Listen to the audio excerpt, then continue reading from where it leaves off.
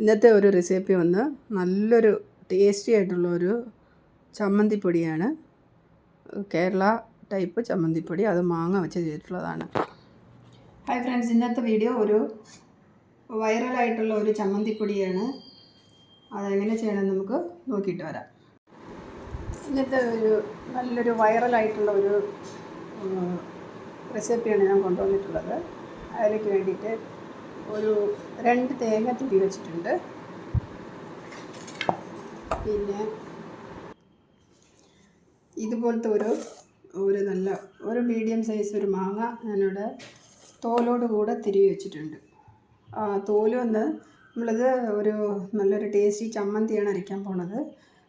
തോല് നല്ല വറുത്ത് കഴിയുമ്പോഴത്തേക്ക് തോലെല്ലാം നല്ല ക്രിസ്പി ആയിക്കൊള്ളും. ഇത് മാവിന് നമ്മളെ പറിച്ചെടുത്ത മാങ്ങ ആയതുകൊണ്ടാണ് തോലെടുത്തത്. എനിക്കിതിൻ്റെ തോലും കൂടെ നല്ല ഇഷ്ടമാണ്, അതുകൊണ്ട് ഇട്ടത്. തോൽ ഇഷ്ടമല്ലാത്തവർ തോലെല്ലാം ചീവി കളഞ്ഞിട്ട് തിരുവി എടുക്കാം. ഇത് നല്ല പച്ചമാങ്ങയാണ്, മധുരമൊന്നുമില്ല. അതുപോലെ അതിൻ്റെ കൂടെ ഒരു പിടി ചെറിയ ഉള്ളി, പിന്നെ നല്ല ഒരു കൈപ്പിടി നിറയെ കറിവേപ്പില എടുത്തിട്ടുണ്ട്. അപ്പോൾ ഇത് രണ്ടും നമുക്കൊന്ന് ചതച്ചെടുത്തിട്ട് വരാം. അധികം അരയണ്ട, ഒരു പ്രാവശ്യം ഒന്ന് ക്രഷ് ചെയ്തെടുത്താൽ മതി.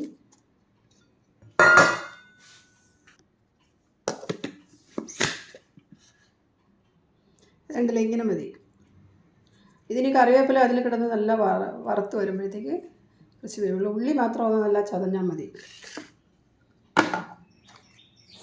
ഇനി നമുക്ക് ഈ മാങ്ങയിലേക്ക്, തിരികെ വെച്ച മാങ്ങയിലേക്ക് തേങ്ങ ഇട്ട് നല്ല ഒന്ന് മിക്സ് ചെയ്യാം.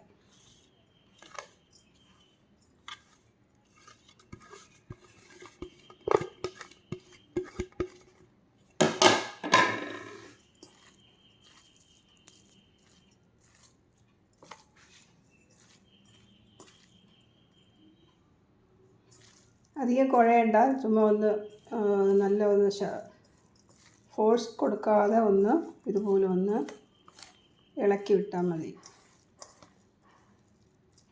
അധികം പുളിയുള്ള മാങ്ങയാണെങ്കിൽ ഒരു മാങ്ങ വേണ്ട. ഞാനിപ്പോൾ 2 തേങ്ങയ്ക്കാണ് ഒരു മാങ്ങ എടുത്തിട്ടുള്ളത്.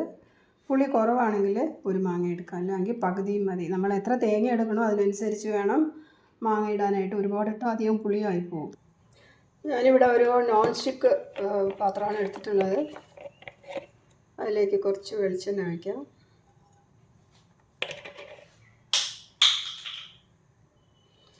ഒഴിച്ച വെളിച്ചെണ്ണയിൽ ഈ കായം, എൻ്റെ അടുത്ത് കട്ടിക്കായമാണുള്ളത്. അപ്പോൾ കട്ടിക്കായം ചമ്മന്തിക്ക് മുളക് പൊടിക്കൊക്കെ ഉപയോഗിക്കുമ്പോൾ നല്ല ടേസ്റ്റാണ്, നല്ല ഒരു വാസന കിട്ടും. അതുകൊണ്ടാണ് ഞാൻ അത് ഉപയോഗിച്ചത്. എല്ലാ പൊടിയാണ് ഉള്ളതെന്ന് വെച്ചാൽ പൊടി ഉപയോഗിക്കാം. പൊടിയാണെങ്കിൽ നമ്മൾ ലാസ്റ്റ് ഇട്ടാൽ മതിയല്ലോ. ഇത് സ്ലോ ചെയ്ത് എല്ലാം ഒന്ന് മുരിച്ചെടുക്കണം.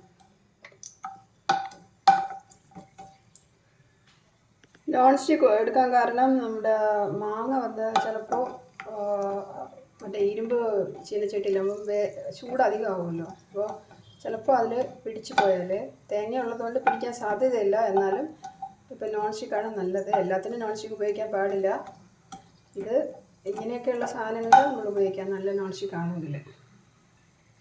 ഇനി അതിലേക്ക് ഒരു ചെറിയ സ്പൂൺ ഉലുവ ഇട്ടിട്ടുണ്ട്.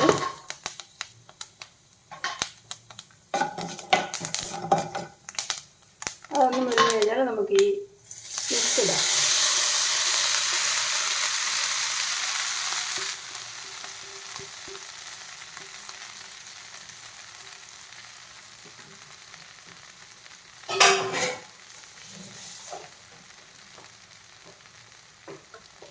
മിക്സ് ഇട്ട് കഴിഞ്ഞാൽ ലോ ഫ്ലെയിമിൽ വേണം ഇട്ടിട്ടുള്ള ചെയ്യാനായിട്ട്.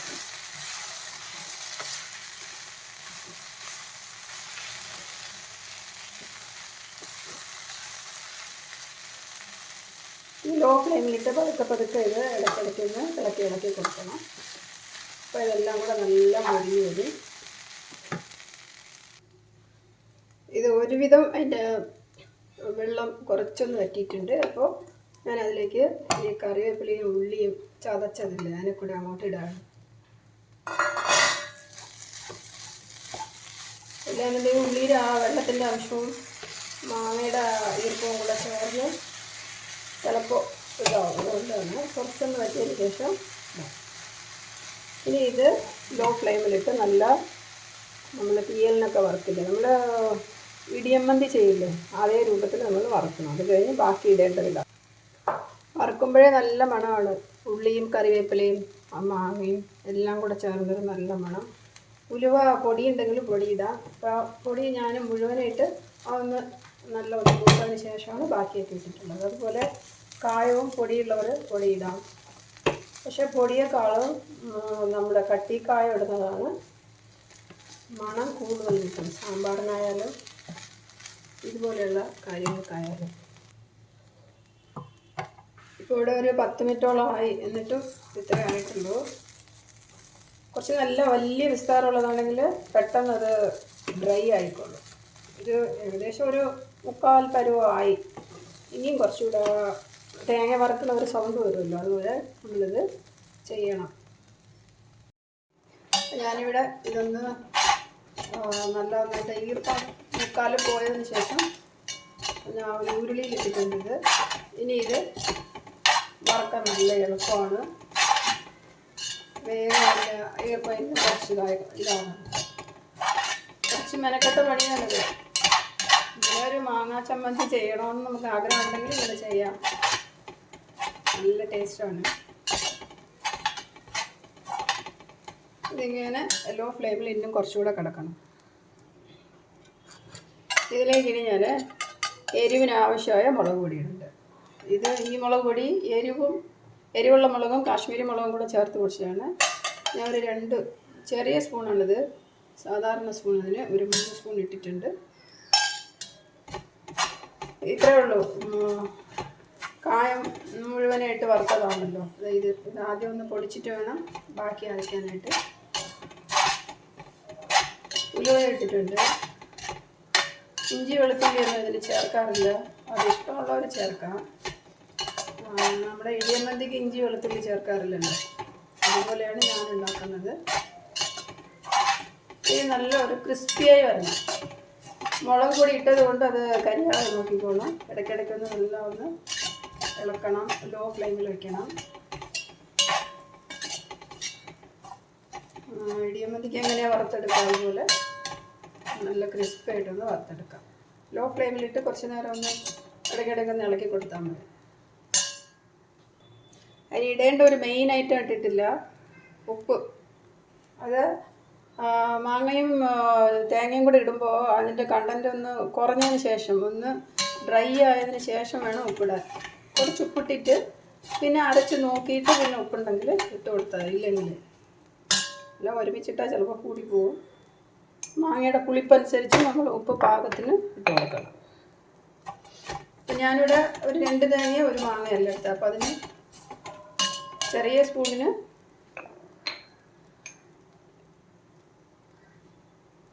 ഈ സ്പൂണിന് 2.5 സ്പൂണാണ് ഇട്ടിട്ടുള്ളത്.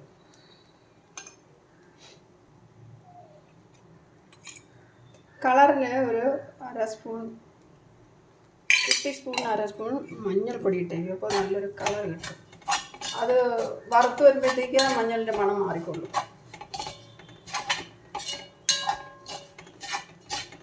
വേണ്ടില്ല, ഉരുളി ആയപ്പോഴത്തേക്ക് അത് ഇളക്കാൻ നല്ല സൗകര്യമുണ്ട്. ഉരുളിയോ അതുപോലെ കുറച്ച് വാവട്ടം കൂടിയ അടി കട്ടിയുള്ള പാത്രത്തിൽ വേണം ഇതൊക്കെ ചെയ്യാനായിട്ട്.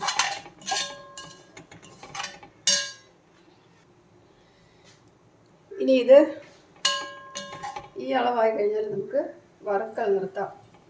കുറേ നേരം ഉണ്ട് വറുത്തത്. ഇനി ഇത് നമുക്ക് ഇങ്ങനെ വെച്ചിട്ട് ആറണം. അത് ആറുമ്പോഴത്തേക്ക് കറക്കാതെ നോക്കണം. ഇത് ഒന്ന് ഈ ചട്ടിയിൽ നിന്ന് നമ്മൾ മാറ്റണം. ചൂടോടെ ഉള്ള ചട്ടിയിൽ വെച്ചാൽ ചിലപ്പോൾ ഒന്ന് കരിയും. അപ്പോൾ ഇടയ്ക്കൊന്ന് ഇളകി കൊടുക്കണം. ഇല്ലാണ്ടെങ്കിൽ വേറൊരു പാത്രത്തിൽ വെച്ച് ഫാനിട്ട് വേഗം ചൂടാക്കി എടുക്കണം. അപ്പം ഞാനിപ്പോൾ വേറൊരു പാത്രത്തിൽ തട്ടാൻ പോവാണ്. ഇത് നമുക്ക് നല്ല ആറിയിട്ട് പൊടിച്ചെടുക്കാം.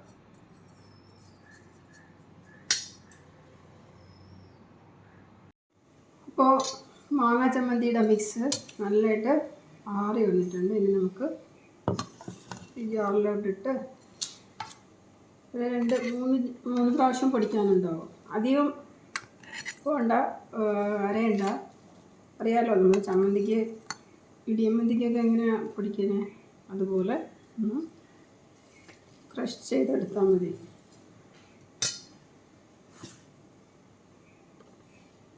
അപ്പോൾ പൊടിച്ചിട്ട് വരാം. അപ്പോൾ ഞാൻ ചമ്മന്തി പൊടിച്ചുകൊണ്ട് വന്നിട്ടുണ്ട്. കണ്ടില്ലേ, നല്ല അധികം അരഞ്ഞിട്ടുമില്ല, പക്ഷെ അരയാതെ ഇല്ല. ആ മാങ്ങയുടെയും കറിവേപ്പിലയുടെയും എല്ലാം നല്ല അരഞ്ഞിട്ടുണ്ട്. ഇനി ബാക്കി കൂടെ നമുക്ക് പൊടിച്ചെടുക്കാം. ഇത് മറ്റേ കായമല്ലേ ഇത്, അതാദ്യം ഒന്ന്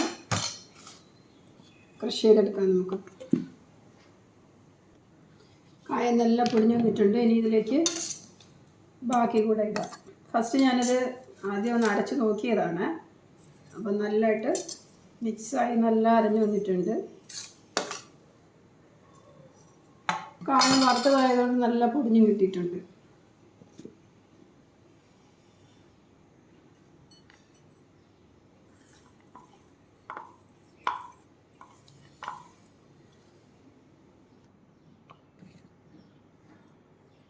ചമ്മന്തി എല്ലാം പൊടിച്ചു കൊണ്ടുവന്നിട്ടുണ്ട്.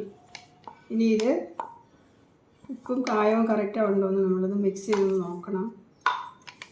കായം അത്രയും മതിയാവും. ഉപ്പുണ്ടോയെന്ന് മാത്രം നോക്കിയിട്ട് നമ്മളിത് ഒരു നല്ലൊരു കണ്ടെയ്നറിൽ വെള്ളമൊന്നുമില്ലാത്ത നല്ല ഉണക്കിയെടുത്ത ഒരു ബോട്ടിലോ ഭരണിയിലോ ഏതിലെങ്കിലും അടച്ചുപയോഗിക്കാം. നമുക്ക് ചോറുണ്ണുമ്പോൾ ഓരോ സ്പൂൺ അതിൻ്റെ കൂടെ ഒരു ഉപ്പിലിട്ട് പോലെ എടുത്താൽ നല്ല ടേസ്റ്റി ആയിട്ട് കഴിക്കാൻ പറ്റും. ഞാനിത് ആദ്യമായിട്ട് ചെയ്യണമെന്ന് വിചാരിച്ചുകൊണ്ടിരുന്നിട്ടും ചിലപ്പോൾ അത് ഫ്ലോപ്പായി പോവോ എന്താണെന്ന് അറിയില്ല എന്ന് വെച്ച് ചെയ്യാതെ ഇരുന്നുകൊണ്ടിരുന്നു. മാങ്ങയല്ലേ, അപ്പോൾ ഫസ്റ്റ് ടൈം ചെയ്തപ്പോൾ തന്നെ എനിക്ക് നന്നായിട്ട് കിട്ടി. അപ്പോൾ ഈ മാങ്ങ സീസണിൽ എല്ലാവരും ഇതുപോലെ ഒന്ന് ചെയ്ത് നോക്കി അഭിപ്രായം പറയാനും മറക്കല്ലേ. നല്ലൊരു സൈഡ് ഡിഷാണ്. നമ്മൾ പ്രവാസികൾക്കൊക്കെ പോകുമ്പോൾ കൊടുത്തേക്കാനും ഒക്കെ പറ്റിയ ഒരു സൈഡ് ഡിഷാണ്. ഒന്നുമില്ലാന്നുണ്ടെങ്കിൽ ദോശ ഇഡ്ഡലിയുടെ കൂടെ കഴിക്കാൻ നന്നായിട്ട്. അധികം പുളിയൊന്നുമില്ല, കാരണം പുളിയുള്ള മാങ്ങ ഉപയോഗിക്കുമ്പോൾ നോക്കി ഉപയോഗിക്കണം. അതിനനുസരിച്ച് പുളി അധികമാണെങ്കിൽ തേങ്ങ കുറച്ച് കൂടുതലിട്ടാൽ മതി. പിന്നെ കറിവേപ്പിലയും വീട്ടിൽ ധാരാളം കിട്ടുകയാണെങ്കിൽ കറിവേപ്പിലയും കുറച്ച് കൂടുതലിടാം. അതുകൊണ്ട് ദോഷമൊന്നുമില്ലല്ലോ.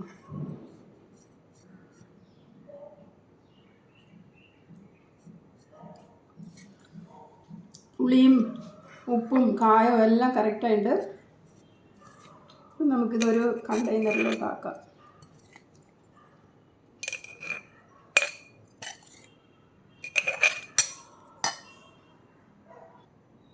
കണ്ടില്ലേ, നന്നായിട്ടുണ്ട്. ഇതുപോലെ എല്ലാവരും ഒന്ന് റെഡിയാക്കി നോക്കൂ ഇഷ്ടമാണെങ്കിൽ. ഇങ്ങനെ ഒരു കോമ്പിനേഷനിൽ നമുക്ക് ചമ്മന്തിയൊക്കെ ചോറിൻ്റെ കൂടെ കഴിക്കാൻ നല്ല ടേസ്റ്റിയാണ്. കണ്ടില്ലേ, ഒരു മാങ്ങ വെച്ചിട്ടാണ് ഞാനിത് ചെയ്തിട്ടുള്ളത്. നമുക്ക് കുറച്ച് ക്ഷമയുണ്ടെങ്കിൽ അത് ചെയ്തെടുക്കാൻ പറ്റുള്ളൂ. കുറച്ച് നേരം ആവും ഇത്. അപ്പോൾ ഇത് എങ്ങനെ ചെയ്യണമെന്ന് മനസ്സിലായല്ലോ. അപ്പോൾ അടുത്ത നല്ലൊരു വീഡിയോ ആയിട്ട് വരുമ്പോഴേക്കും ബായ്.